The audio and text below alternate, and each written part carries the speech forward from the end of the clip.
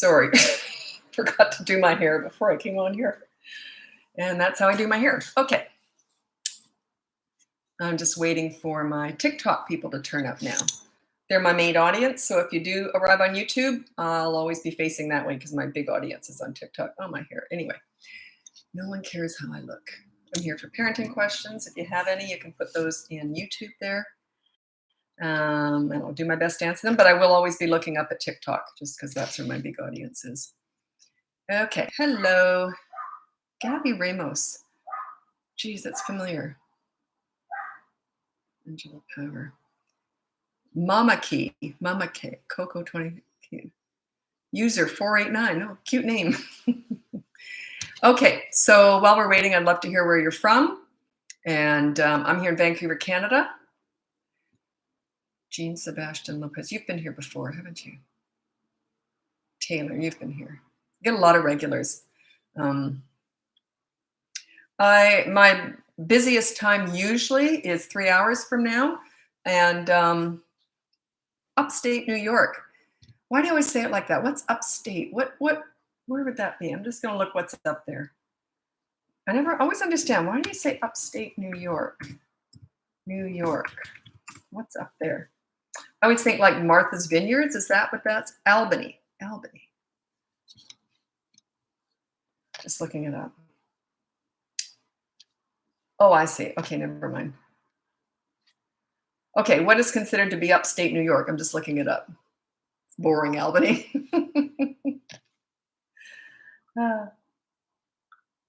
Oh, okay.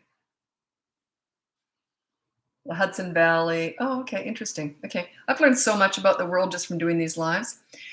So where are you from? And I'm also filming on YouTube these days, so some people actually go back and rewatch those YouTube ones. I tried watching one of my lives before. It's agony. Very hard to watch yourself. Okay, so where are you from? I usually wait till I get about 100 people here before I get going. Biggest group I ever had on here was at one time was 26,000 people. Someone big must have shared it. I don't know who it was. I think I figured it. Someone figured it out for me, but I can't remember. I don't understand social media. Mississippi. Hi, Mississippi. I'm in Vancouver, Canada. Gorgeous day today. Okay, so where are you from? Pond Inlet, Nunavut. Jeez. I always thought it was Nunavut. That's how I always said Nunavut. Is that right? And now I'm looking at it and I'm wondering if I'm saying, did I say that right, Belinda? If not, sorry. I'm getting everything wrong. Nova Scotia, Southeast Ohio here. New York City. Hi from hell, okay. Timmins, Ontario. Never heard of that before. Virginia Beach, Virginia. Florida. Excellent. Ontario. Nunavut. Well, I wasn't that off, was I? Nunavut. Oh, okay, Nunavut. Yeah, I was off, wasn't I? Sorry about that. I'm lousy at that. Sydney, Australia. That's where my son was born. Had my kids were born and raised in Australia. Auburn, Indiana. Hamilton, Ontario. North Sentinel Island. I have no idea where that is. Mackay, Australia. My favorite, we used to holiday for Christmas a lot. We'd holiday in Malulaba. I just like going there because I like saying it. Where are you going? Malulaba. Okay, so I'm going to get going now. If you look at my link above, you can see everything I've got to offer. You can download my free behavior board, buy one of my courses, or hire me for one-on-one coaching. That's up to you. Okay, so let's get going with your parenting questions. Hi, Scotland. I'm not even going to repeat what one of these questions is because I don't know what it is. When I first started doing this, the lives, I would often read everything. And then I'd get like, ha ha, people laughing because it was something rude and I didn't even know it. Okay. Oh, okay. Triple P. I don't know anything about it. I only teach from experience. So I don't know what else is out there. I've never looked into it. Why would I? Because kids taught me all this. Okay. I was out in the trenches.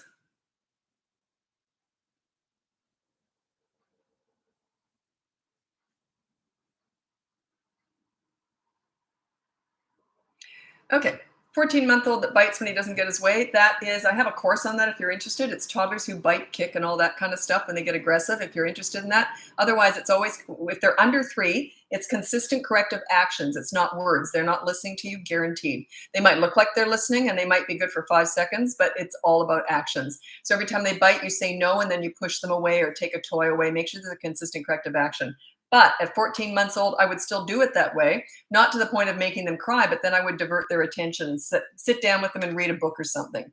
So, because they're still babies at 14 months old. They'll eventually learn, but they're not going to learn the first 10 times. It might take 100 times, okay? They learn through repetition, and it's actions, not words. One word, no, that's sufficient. Okay.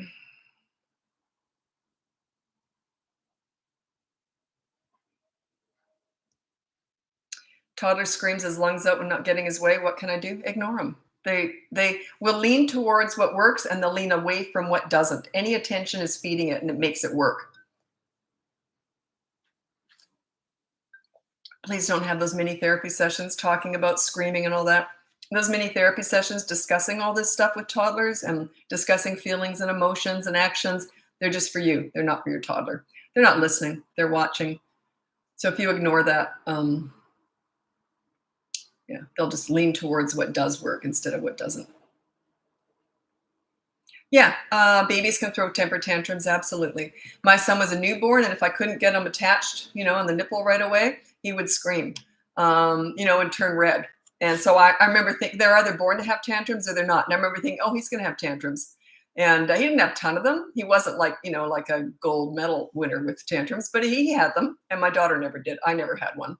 I couldn't relate to having one. Like, to me, I can't, my brain just doesn't go there. You either have it in you or you don't, period. I remember when I was I was like a toddler probably. I couldn't speak, but I can remember watching kids having tantrums. And I remember looking at them like, what are you doing that for? I can remember thinking it was weird. And I was just like probably 2. Okay. So yeah, you're either born to have them or you're not.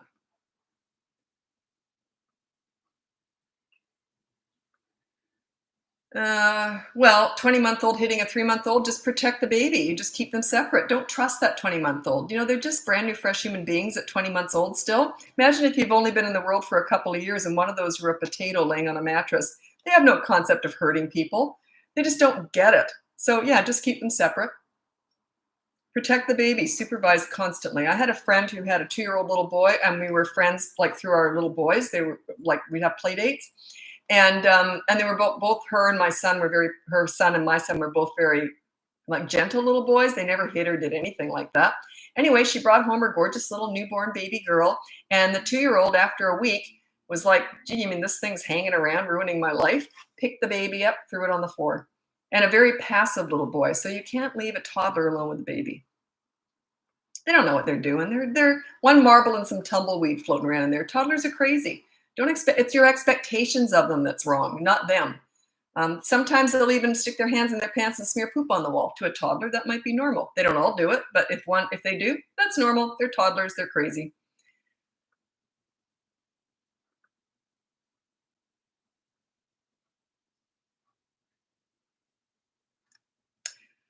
Another toddler taking your kids' toys all the time. I try to get them to share, but doesn't work. Just make sure they each have a toy. You're trying to teach a 2-year-old how to share? If you figure that out, could you let me know how you did that? Because I've never been able to figure that out.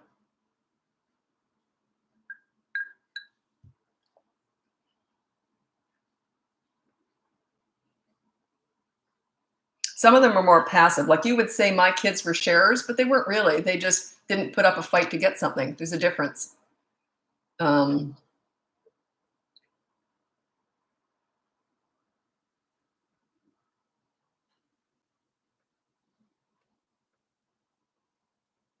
Oh, good. Okay.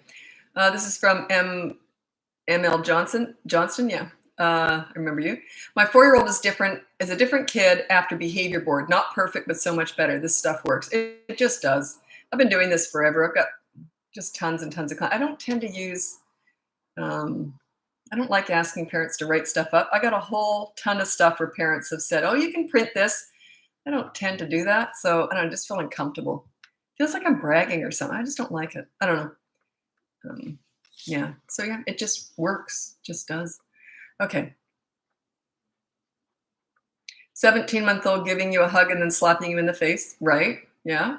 I tell him nobody screeches. Well, you've already gone off the cliff. Why are you giving him a hug? Like, why are you hugging him because he did something wrong? And then, I don't know. I don't have context around that. So I don't know. I could figure out exactly what's going on if I knew the context. Did you say no to something? He did something bad and then he wanted a hug afterward? Then he slapped you? That makes perfect sense to me. Yeah. Okay, I've used your strategies. Oh, I'm so glad you wrote this. Hello_mojo.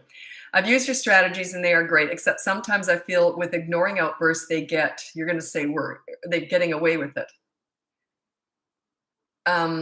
Well, they're getting away with having a tantrum. Is that what you mean? A tantrum isn't bad behavior. A tantrum is an expression of not getting what they want, when they want, how they want it. It's not getting their own way. So I don't know. There's no getting away with that. I don't quite know what you mean.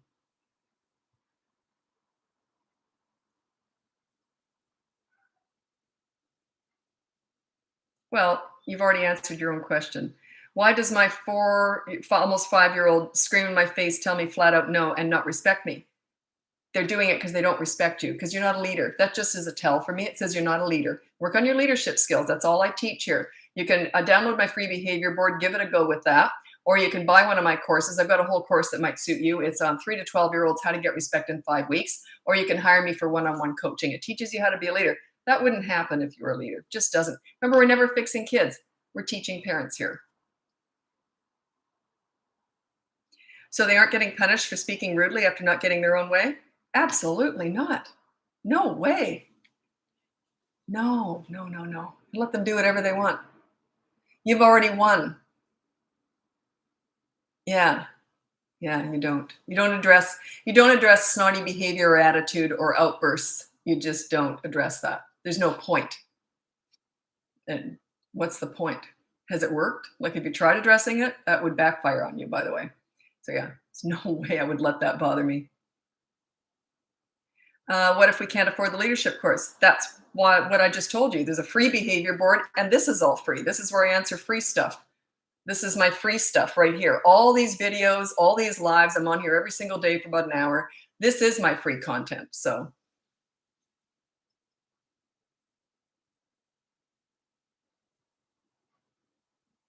okay, that actually makes me feel better. So I'm doing the right thing. Absolutely. Yeah.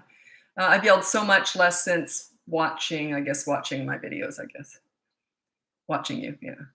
Okay, thanks for that support. It helps other parents to see that works. It just does. I've been doing this forever. It just works. There's no way I'd be on here if it didn't work. There's no freaking way. This is my passion. This is not just my business. It is business. It puts food on the table, but this is what I was meant to do. So how do I get my 18-month-old to hold my hand? I don't know, but I'll tell you what to do instead. And stay with me in public, put them on a leash, a lead, a halter, do whatever you got to do. You restrain them in public when they're walking so they don't get hit by a bus, just like you restrain them in the car so that they don't go flying through a windscreen if you're rear-ended. It's the same idea, okay? So restrain them if they won't stay with you. I didn't ever have my kids were never on their feet at that age. They were in a stroller, or they weren't on their feet, or they were in the shopping cart. They got to run around all they wanted at the park and everything, only when it was somewhere safe. That's awfully young to be walking. So yeah, I didn't do that.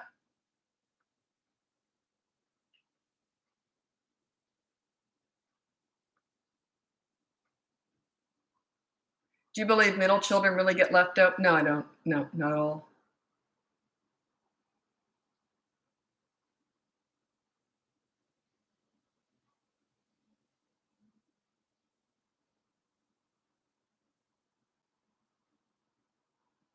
Oh, good question. Well, you're not going to like my answer.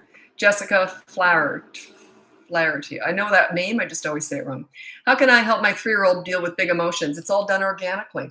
If you're a leader, they tend to be more calm, more stable, more confident. confident, they like themselves, they have high self-esteem. It happens organically when they have a calm leader as a parent. It's just the way it works. They don't want therapy sessions. Everyone wants to discuss all this stuff. God, I hate that. Oh, God, why do I get so angry every single day? These mini therapy sessions. Do you know how much of this I have to erase in coaching every single day? We were talking through all their big emotions, and that's why you had to hire me, because it backfires. Anyway, they don't want therapy sessions. If you're a strong, calm leader and you're lots of fun, and then when they act out, you're calm. That's when your calm leadership comes in, is when you're dealing with the wants, not the needs. You meet their needs and manage their wants.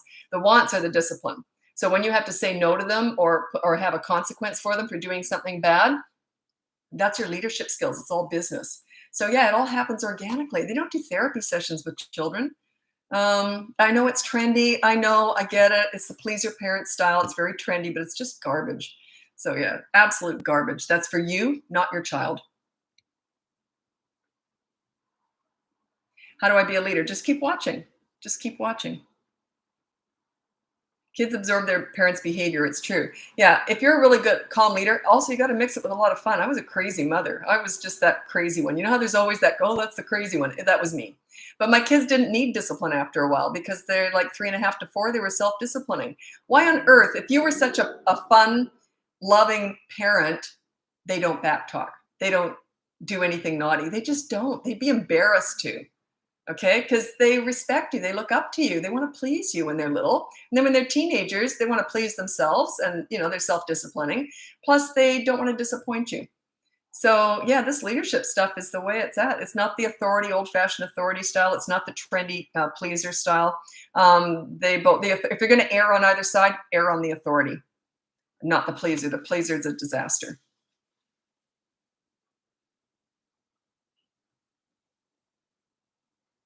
How do I become more of a calm parent? It takes work. It's going to take time. You got to be willing to go through the storm to get to the rainbow. Everyone wants the rainbow.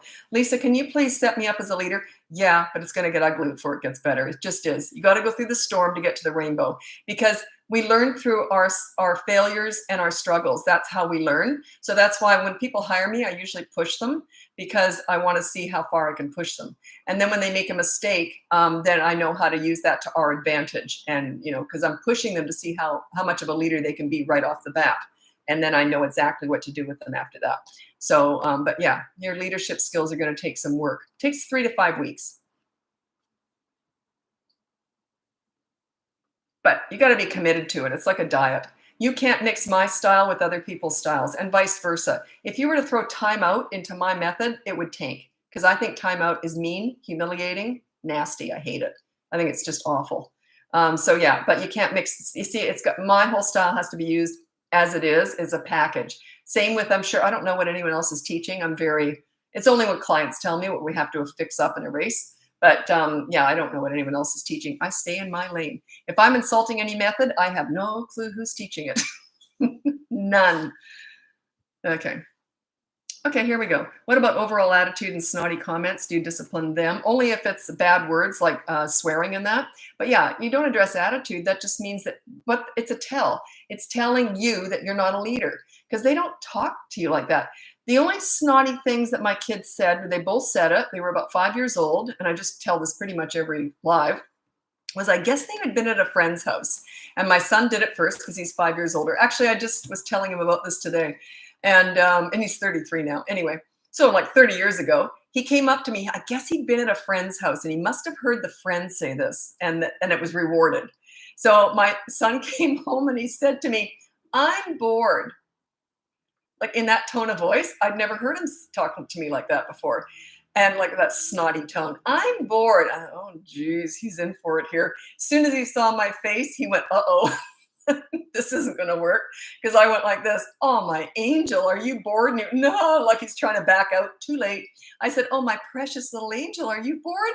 Follow mommy." And I went in the laundry room, filled up a bucket full of water, and gave him a mop. He was never bored again. 5 years later, my daughter said, "I'm bored." She would have heard a friend say it to her mother, and it would have been rewarded. And I guess they were just testing it out with mom. My son started laughing. because he knew. She never said she was bored again after mopping the floor. So yeah, that was the only time they ever act snotty towards me, but I handled it with humor. And but yeah, if they really are habitually snotty, it's just on you. You're not a leader because they're born with a basic nature and a personality, but their behavior is 100% a direct result of your parenting. So if they're snotty, work on yourself. We don't fix kids, we teach parents here. We teach you how to be a calm leader. So you can be best friends with your kids, but your parenting role is number one. Maybe they were just bored. No, they weren't. And even if they are, so what? Learn how to be bored. Don't you talk to me like that. I'm bored. Oh, woo, what a snotty tone. Like there's no way that would have gone over. If I'd said that to my mom, she would have gone, what are you talking about? Like, yeah. So what if they're bored? You know what they could have said? Mom, I can't think of anything to do. Can you help me out? That I would have said, oh, okay, sure.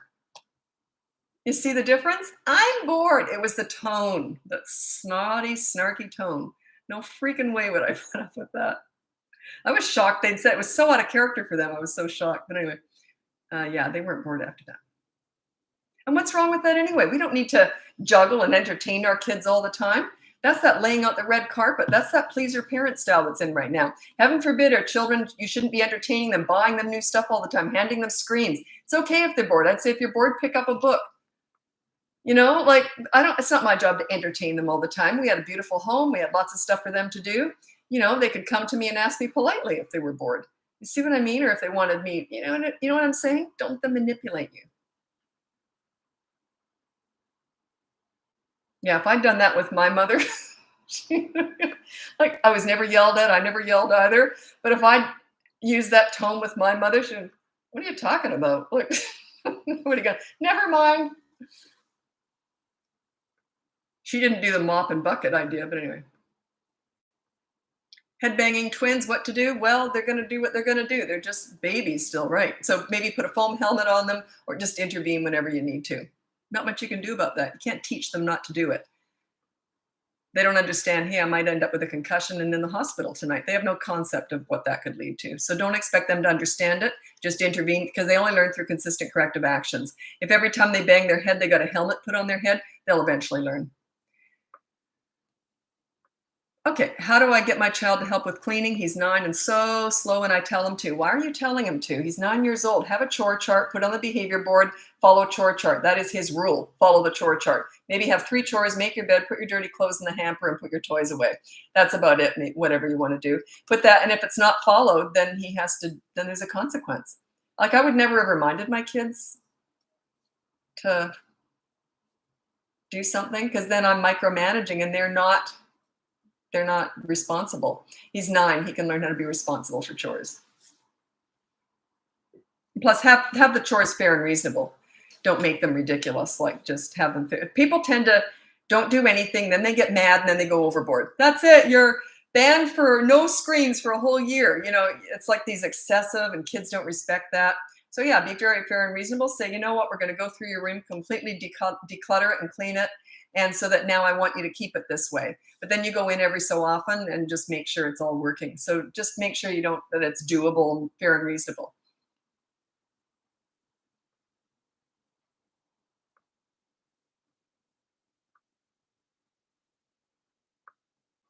Two-year-old that yells no way too often. Well, they're yelling because it's bothering you. If a kid yelled at me, a 2-year-old yelled at me, I'd look away. Instantly. It would be like that. Yelling. But there's a gray area there. You know, I was I'm very actively involved with children in their world, playing with them, so that when I do ignore them because I got to do a chore or something, it's fair and reasonable to me to look away. If you're not meeting their needs and you're never playing with them, then they're just going to scream all day long because they're lonely. So you got to decide, like, are you giving them enough attention?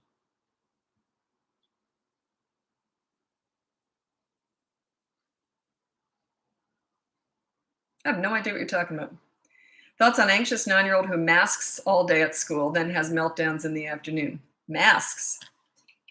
You mean puts on the mask? Like what I mean by that is, well, I don't quite understand that context. When people mask, it means they're pretending to be something they're not. So I don't know what you mean by that.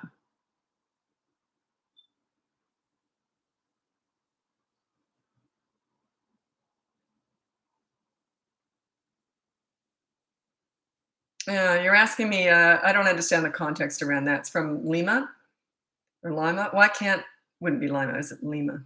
Why can't siblings help in raising younger siblings when the parents isn't around? I don't know what you mean by that. Tantrums are always the same. I still always ignore tantrums. You ignore the crazy and reward the calm. So yeah, I would never give a tantrum any attention at all. And I just wouldn't. I would never look at them or talk to them while they're happy. But I'm there. I'm not talking to someone else, or I'm not looking at my phone. That's dismissive. You want to be doing something like filing your nails. So they know you know what they're doing, but this is how you're reacting to it. They need to know that you know what they're doing. It's not like you're oblivious to it. They'll just keep upping it and upping it. And they probably will anyway initially. They'll think, well, I know what you were like yesterday. I got lots of attention for doing this and it drove you nuts. So I'm going to keep doing it even more. They usually get worse before they get better because they remember the old you. What would you consider the name of your parenting style? I don't know. I call it calm leadership because you meet their needs and manage their wants. The wants are when you're disciplining. That's when you exercise this calmness. The rest of the time you can be crazy friend, calm leader. Crazy friend 99.9% of the time, which was what I was, or calm leader when you're disciplining.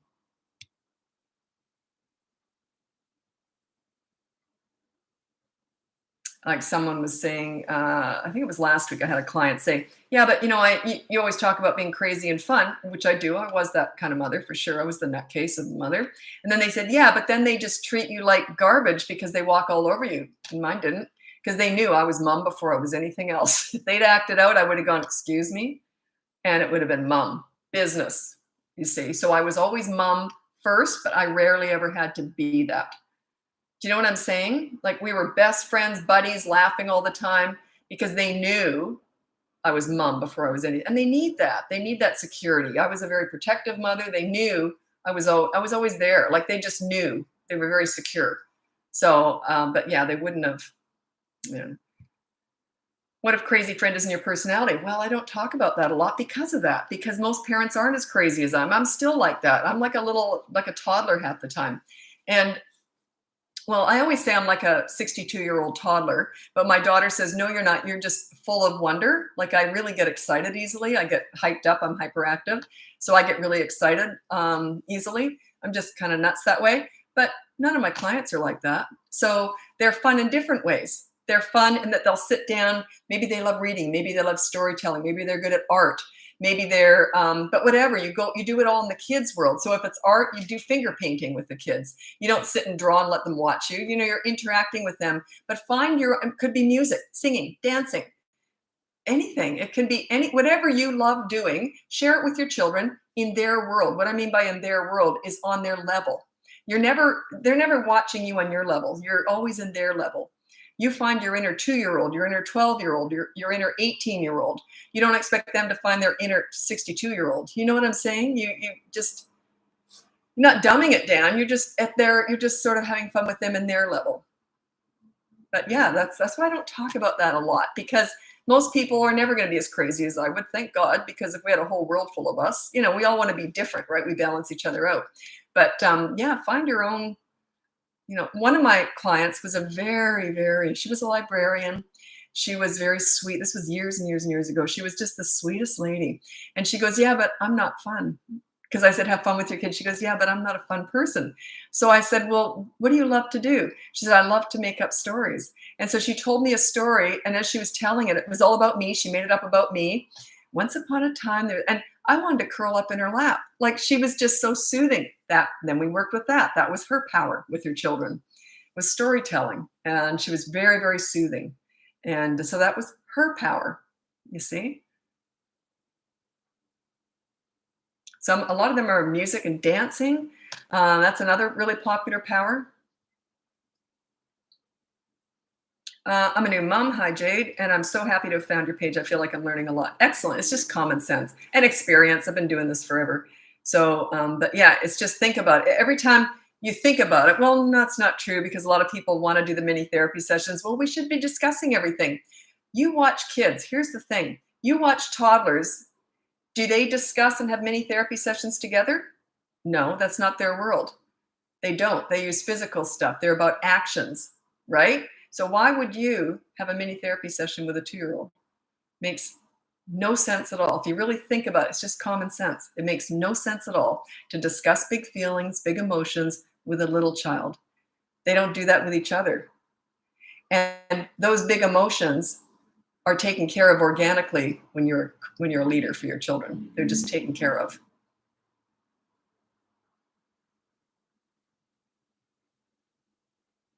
I'm fun and play, so does my husband, but the moment our son doesn't get what he wants, he explodes fast. Well, that's fine. He can explode all he wants, but you just need to learn how to take care of that. So you shut down the fun, you just ignore him. As soon as he explodes, just ignore him. I don't know how old he is though. Like, is he 5 or 6? You might want to put on the behavior board something, not exploding, never put down tantrums or outbursts or anything like that. But if there's something that he particularly has a scene over consistently, put it on the behavior board.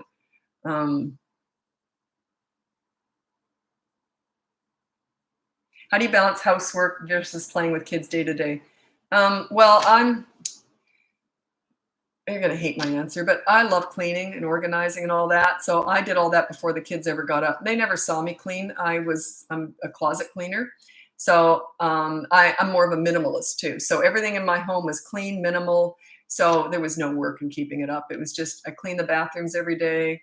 And it just takes 2 seconds. I maintain clean. I never clean dirty. So, and do a toy rotation system. It gets rid of a lot of clutter in the house.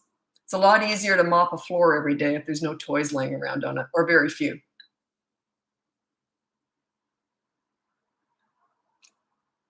I used to say to my kids, you got 2 choices. They didn't see me clean very often, but I did mop. Every time their friends would leave, I'd mop. It just was a habit. Anyway, so I'd say you got 2 choices here. You can either pick up your toys so I can mop the floor, or you can mop. So you see, okay, toys are going up, so yeah, I always used humor. What kind of stimulation did you offer your kids around 1-year-old? Well, for one thing, I completely childproofed the whole house, and they had a lot of stuff that they could push around, like those little carts and that they could walk around with, and that made a lot of noise because they love that kind of stuff. But then I would mix things up. I might move some furniture around, so they had to go around it in different ways. I used to make a lot of forts. Blankets over coffee tables, blankets over dining room tables, over chairs. I was always kind of throwing stuff together. So they don't need new stuff. They just need to look at it in a different way. I might pile all their toys up on top of each other. So then they'd have to pull that down. Then they would try and do it. So it's just always mixing stuff up. I just made everything different. I did put it all around. I did put it all away in the same way because I'm very fussy and anal with all that stuff.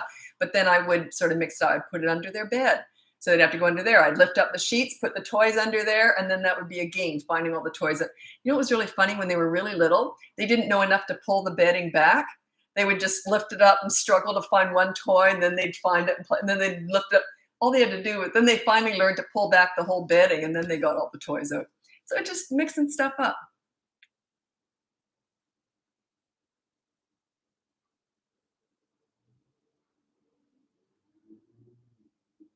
Okay, how do I get my 2-year-old to understand being gentle with our newborn? Completely unrealistic expectation. They're 2. Imagine if you were 2 years old, you've only been in this world for 2 years. One of those, you were for a whole year, you were a potato laying on a mattress. How can they possibly understand hospitals, hemorrhages, bruises, cut? They just don't. Your expectations are off. There's nothing wrong with your 2-year-old being rough with a baby. Keep the newborn separate. Keep them safe. That's all. Supervise, supervise, supervise. It's irresponsible to let a 2-year-old in a room alone with a newborn. My friend found that out when her 2-year-old, who was a very gentle little boy, threw her new baby girl on the floor, out of the bassinet on the floor. He was a very gentle little boy. He didn't understand. He just thought, let's get rid of this thing. It's screaming all the time. I hate it. He didn't understand. So yeah, your expectations are unreasonable. Can't expect a 2-year-old to understand gentle with a baby. It's impossible. Like, not to the point where you would trust them.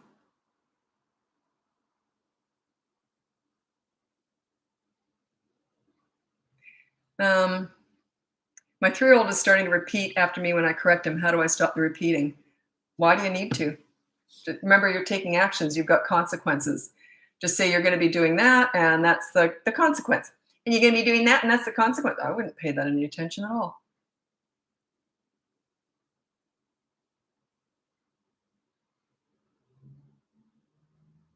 Even your little tips have helped so much in the house. I hear from parents all the time. I've been on here for about 1.5 years now, and some of the people who joined me first, like 1.5 years ago, have told me, they've actually sent me emails telling me the difference in the last year and a half. So let's say they had a 5-year-old, now they've got a 6.5-year-old. They said, the difference is night and day, and they can see it. And especially if they've got younger ones who watch the older one. So yeah, it is work though. You want to set yourself up as a leader. It doesn't come naturally.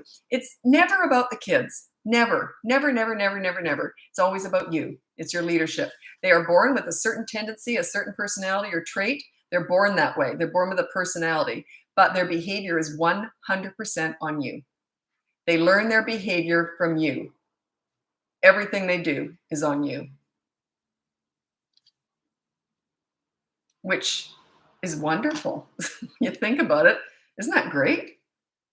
Like, you have so much more control and power than you think you do. Like, if you just learn to exercise it.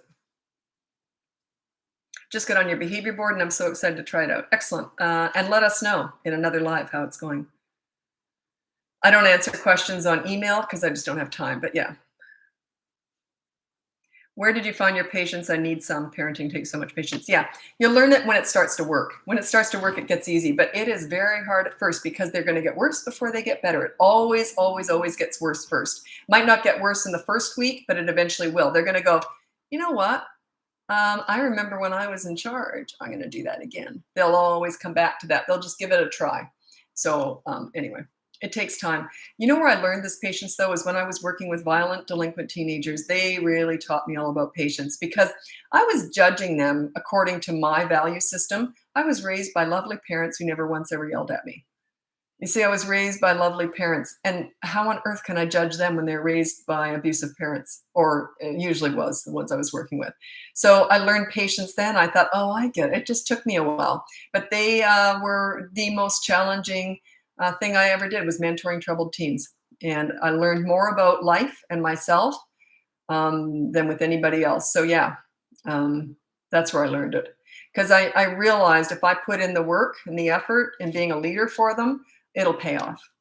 But you got to be willing to go through some stuff first. You got to be willing to prove no one's going to test you like a teenager is. Nobody.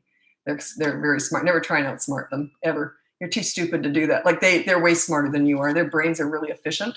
And they're going to figure you out. They're just watching everything you do. They got you all figured out. They're going to look for weak points, the sores to rub salt in. They're just really good at that. But once you get their respect, they treat you like gold. Once you're in, you're in. So they taught me about patience because I knew I could get there eventually. I knew I could get their trust and their respect eventually. So once you have that level, it takes confidence. Once you have confidence, patience is a piece of cake because you know how to get there.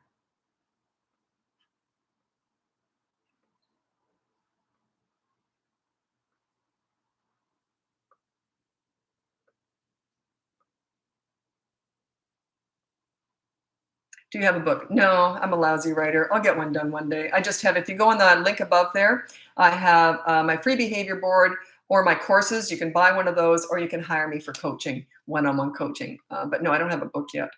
I do have a course, How to Get Respect in 5 Weeks. That's a course. I guess I should write a book one day. I sort of got it in the plans for 2024. We'll see. Kind of waiting for a publisher house to come at me. I was offered one and then it just kind of fell apart, but I'm kind of waiting. If a publishing house comes at me, then I'll be forced to do one. Okay. Does your behavior board work on teens? We call it an accountability chart or family law with teenagers, but you don't use it to discipline. The first 2 weeks, you use it to connect with your teenager and get the bond going, get the relationship, the mutual respect going first, because you discipline young children to get respect. With teenagers, you've got to get respect before you can even think about addressing stuff that you want to change. You see, it's different. You got to do some legwork first. And if you hire me, you're not going to like what I have to say because you're going to have to do stuff you don't want to do. You're going to have to fess up to stuff and apologize to them even when you're not in the wrong.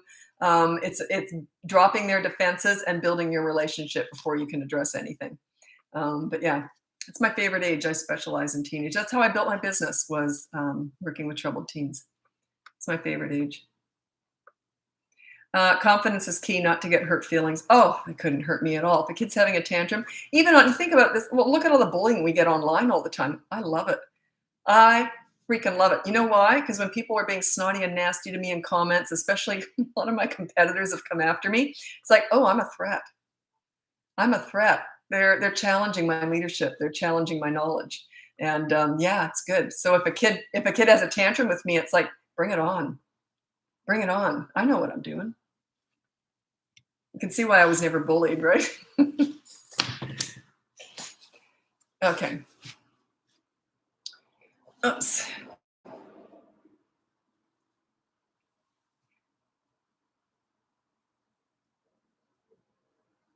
Oh no, you never address it. Never, never, never, never, never ignore hitting. Ever. You address that. You say no and you remove a toy, remove them, remove the other kid, whatever they hit, you just separate. And then you say no and put the toy up where they can see it but can't touch it. But you never, ever, ever ignore hitting. Hitting is, yeah. And if they're 3 and above, you can use my behavior board. It starts at the age of 3. I actually have a course on toddlers who hit. If you're interested, it's one of my mini courses up in the link above. Everything I've got to offer is in that link above. It's all in bullet point form. My daughter did that for me because I didn't know how to do that. But yeah, you don't have to go to my website. You still can.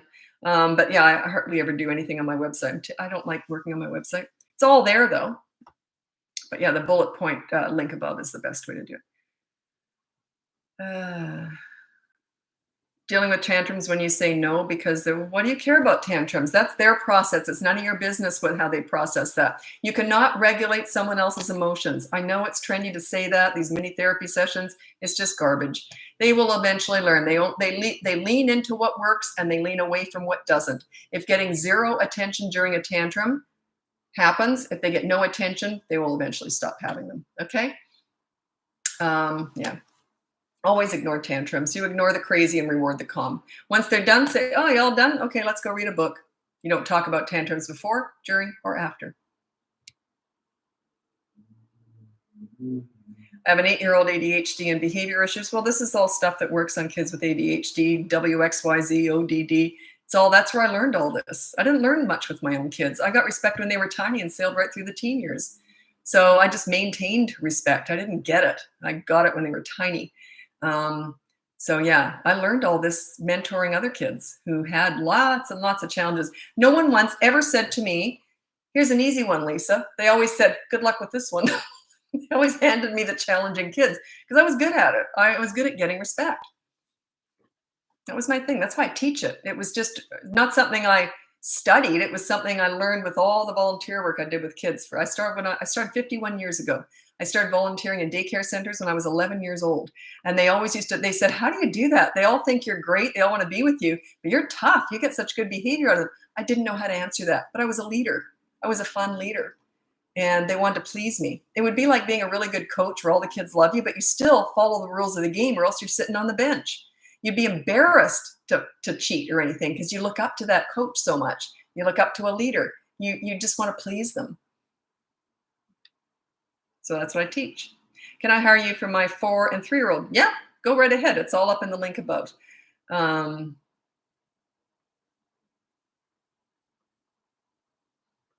Okay, well, you're kind of asking me. I'm gonna give you a really good example, and you're probably gonna shut me down and leave as soon as I tell you this. What's the best advice to not be triggered by whining or fighting my patience is thin, I want to fix it? That's like asking me how to not eat ice cream when I'm on a diet. Like, that's on you. You're going to have to learn how to restrain yourself. It's all self-discipline, but it's temporary because you just have to. I can't tell you how to not do the wrong thing. I can only tell you what to do instead. Give it a go, but I can't help you to not do it. Do you know what I'm saying? Years and years ago, and I'm not good at a whole bunch of stuff, but parenting always came easy to me, like kids. But anyway, years and years ago, I didn't take off my weight after having my daughter, my second child. The first kid, it all fell off. Second kid, I gained more afterwards. Anyway, so I think it was 60 pounds to lose. And so I went into Weight Watchers and I said, I want to lose 10 pounds a month, 60 pounds. And they're all like, oh, sure. Okay. They're all positive. Everyone. Then I found out I went in there and I lost 60 pounds in 6 months because I committed to it. I was paying for it. That's why too. So I was paying for it. And everyone was like, oh, you're so lucky you have all this self-control. No, I didn't. It was hell. Do you know what I used to do? I think I had 18 points a day. I think that's right. Anyway, 18 points a day. This was like 30 years ago. And what I did was I ate all my points before 7 a.m. I was up at 5 every morning. I ate them all before 7 a.m. Do you know what I relied on for the rest of the day? Was salads, and corn on the cob in Australia was free. Not corn off the cob. I don't understand that. Frozen corn was not free points, but in Australia, corn on the cob was free. I must eat 12 of those a day. And then I just relied on salad with vinegar on it the rest of the day. So I don't have any control, but I committed to it. So that's what I'm asking you. Was it easy? No. Did I do it? Yes. I'm just asking you to commit to this. I'm not saying I can't make it easy for you is what I'm saying. It is hard, but it's worth it.